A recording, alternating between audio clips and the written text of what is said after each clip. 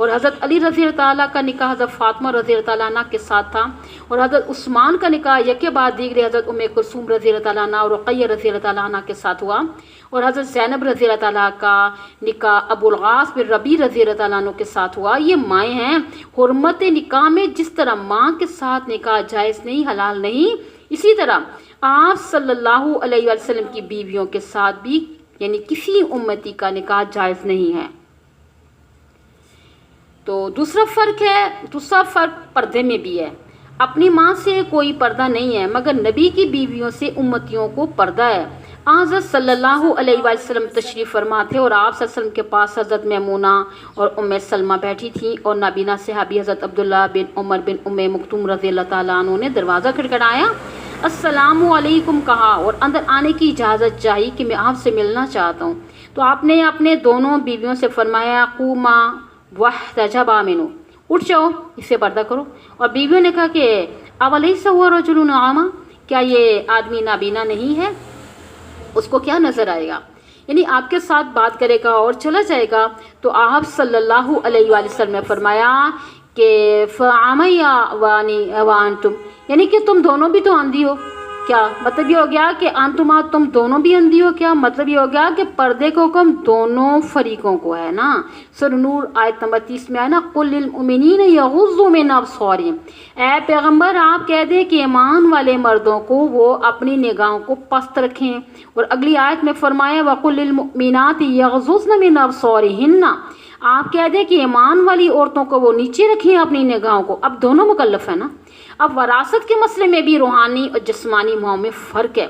سگی ماں کی وراثت بیٹے کو ملے گی اور بیٹے کی ماں کو ملے گی، لیکن ازواج مطہرات رضی اللہ تعالی عنہن کی وراثت امتیوں کو نہیں ملے گی، اور نہ امتیوں کو ان کی ملے گی۔ اب دیکھیے، اگر کوئی شخص اپنی سگی ماں کو زکوٰۃ دے تو نہیں لگے گی، سوتیلی ماں کو زکوٰۃ دینی جائز ہے۔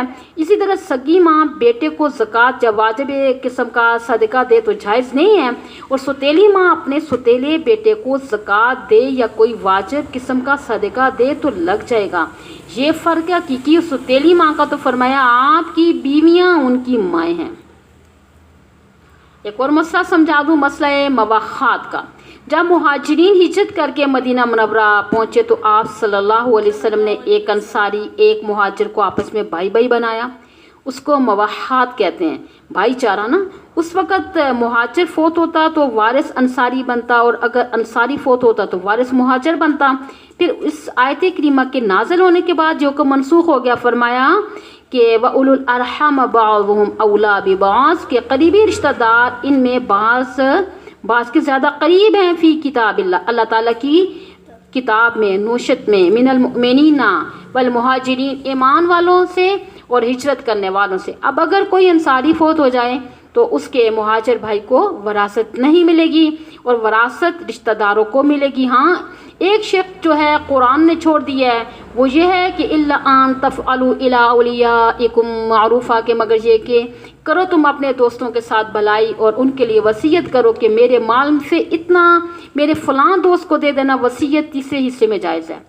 تو وارث بننے کا حکم تو منسوخ ہو گیا، کیونکہ پہلے مہاجر بھی اکا دکا مسلمان تھے اور انصار بھی، تو اب دونوں کی برادریاں مسلمان ہوگی، تو اب وراثت رشتہ داروں میں چلے گی، دوست کے لیے وصیت رہ گئی ہے۔ اور تیسرے حصے میں مثلا ایک آدمی کے پاس 3000 روپے ہیں تو وہ 1000 میں وصیت کا شرعاً مجاز ہے، باقی 2000 وارثوں کو ملے گی۔ تو حضرت صلی اللہ علیہ وسلم نے ایک موقع پہ فرمایا کہ تم میں سے کون شخص ہے کہ جس کو اپنے رشتہ داروں کے مال کے ساتھ زیادہ پیار ہے، وہ اپنے مال کے ساتھ کم ہے؟ تو کہنے لگے کہ کوئی بھی نہیں۔ تو آپ نے فرمایا کہ سارے تو ایسے ہی ہو، کیونکہ اپنے مال میں تمہارا تو وہی ہے جو تم نے کھا لیا، پہن لیا، صدقہ کر لیا، باقی تو وارثوں کا ہے جو تم سنبھال کر رکھتے ہو۔ فرمایا اب بھائی چارے میں وراثت نہیں ہے، وصیت کرنے کا حق ہے۔ کان ذالک فی الکتاب مستورا، یہ بات کتاب میں لکھی ہوئی، لوح محفوظ میں بھی، قرآن پاک میں بھی، جو اوپر حکم بیان ہوا نا، اوپر نبی کریم صلی اللہ علیہ وآلہ وسلم کا ذکر تھا، آگے دوسرے پیغمبر کا ذکر آ رہا ہے۔ فرمایا وَإِذْ أَخَذْنَا مِنَ النَّبِيِّينَ مِيثَاقَهُمْ، جس وقت لیا ہم نے انبیاء سے ان کا عہد کہ رب تعالیٰ کی توحید پر قائم رہو گے، یہی سبق لوگوں کو بھی دو گے، اور حق پر قائم رہنا، حق کی دعوت دینا یہ تمہارے فریضے میں داخل ہے۔ تو 5 پیغمبروں کا نام لیا کیونکہ یہ اولو العزم پیغمبر ہیں، بڑی شان والے ہیں، باقی برحق تو سارے پیغمبر ہیں۔ ویسے قرآن کریم میں 25 پیغمبروں کے نام آئے ہیں۔ ایک روایت میں آیا ہے کہ 1,24,000 پیغمبر ہیں، اور ایک روایت میں 2,24,000 پیغمبر ہیں۔ روایتیں دونوں ضعیف ہیں، قابل اعتبار نہیں ہے، اس لیے قطعی یقینی طور پہ نہیں کہا جا سکتا کہ پیغمبروں کی کل تعداد کتنی ہے۔ اگر یہ روایت بیان کرنی پڑے تو یوں کہو کہ 1,24,000 یا اس سے کم و پیش جتنے بھی رب تعالیٰ کے پیغمبر تشریف لائے ہیں ہم سب کو مانتے ہیں، ٹھیک ہے، کیونکہ ہو سکتا ہے حقیقت میں پیغمبر زیادہ ہوں اور ہم ان کی نفی کر دیں، یا تھوڑے ہوں ہم زیادہ کہہ دیں تو غیر نبی کو نبی بنا دیں گے۔ تو فرمایا کہ جس وقت لیا ہم نے انبیاء سے عہد ومن کا، اور اے نبی کریم صلی اللہ علیہ وآلہ وسلم آپ سے بھی ہم نے عہد لیا، ومن نوح، اور نوح علیہ السلام سے بھی، و ابراہیم، ابراہیم علیہ السلام سے بھی، و موسیٰ، موسیٰ علیہ السلام سے بھی، و عیسیٰ ابن مریم، اور عیسیٰ ابن مریم سے بھی، اور یہ 5 اولو العزم پیغمبر ہیں، بڑے شان والے ہیں۔ پھر ان میں سے سب سے بلند درجہ اور مقام حضرت محمد رسول اللہ صلی اللہ علیہ وآلہ وسلم کا ہے، بے شک۔ اس کے بعد ابراہیم علیہ السلام کا، پھر موسیٰ علیہ السلام کا، پھر نوح علیہ السلام کا، پھر عیسیٰ علیہ السلام کا، تمام پیغمبروں پر ایمان لانا ہے، مگر اطاعت صرف حضرت محمد صلی اللہ علیہ وآلہ وسلم کی کرنی ہے۔ اطاعت تو مطلب یہ ہے کہ سنت کے مطابق جو زندگی گزارنی ہے، وہ دوسرا مطلب لے لیتے ہیں، دوسرے پیغمبروں کی بھی اطاعت کرنی ہے، لیکن ماننا بھی ہے، ایمان بھی لانا ہے، اور طریقہ نبی پاک صلی اللہ علیہ وسلم کا اپنانا ہے، سنت طریقہ جو ہوتا ہے۔ حضرت آدم علیہ السلام سے لے کے عیسیٰ علیہ السلام تک تمام پیغمبروں کو مانیں گے، وہ اللہ تعالیٰ کے سچے پیغمبر تھے، اور ان کی شریعت نہیں مانیں گے۔ مثلا اگر آدم علیہ السلام کی شریعت مانتے ہیں نا تو بہن کے ساتھ نکاح کرنا پڑے گا، یہ بتانا چاہ رہی ہوں نا۔ لہٰذا اب اطاعت صرف آخری پیغمبر حضرت محمد صلی اللہ علیہ وآلہ وسلم کی ہے۔ فرمایا وَأَخَذْنَا مِنْهُمْ مِيثَاقًا غَلِيظًا، وَلِيَا ہم نے ان سے پختہ ہے، بڑا مضبوط وعدہ تھا۔ اللہ تعالیٰ کے تمام پیغمبروں نے اپنی جانیں مصیبت میں ڈال کر اللہ تعالیٰ کے اس وعدے کو نبھایا اور توحید کو بیان کیا، حق بیان کیا۔ ایسے پیغمبر بھی تھے کہ جن کو ظالموں نے شہید کیا، سورۃ البقرہ میں بھی آتا ہے کہ وَيَقْتُلُونَ النَّبِيِّينَ بِغَيْرِ الْحَقِّ، اور قتل کیا انہوں نے نبیوں کو ناحق۔ یحییٰ علیہ السلام شہید ہوئے، زکریا علیہ السلام شہید ہوئے، اور شیعہ علیہ السلام شہید کیے گئے۔ ایک روایت میں آتا ہے ایک بڑے علاقے میں بہت سی قومیں آباد تھیں، وہاں کے خبیثوں نے ایکا کر کے صبح سے لے کر دوپہر تک 43 پیغمبروں کو شہید کیا، اور 170 ان کے صحابی شاگرد حواری شہید کیے جو ان کی نصرت کے لیے آئے تھے۔ سورہ آل عمران میں بھی آتا ہے آیت نمبر 21 میں وَيَقْتُلُونَ الَّذِينَ يَأْمُرُونَ بِالْقِسْطِ، اور قتل کرتے ہیں ان لوگوں کو جو حکم دیتے ہیں انصاف کا۔ یہ پختہ وعدہ لیا اللہ تعالیٰ نے۔ لِيَسْأَلَ الصَّادِقِينَ عَنْ صِدْقِهِمْ، تاکہ سوال کرے اللہ تعالیٰ سچے لوگوں سے ان کی سچائی کے بارے میں۔ وَأَعَدَّ لِلْكَافِرِينَ عَذَابًا أَلِيمًا، اور تیار کیا اللہ تعالیٰ نے کافروں کے لیے دردناک عذاب۔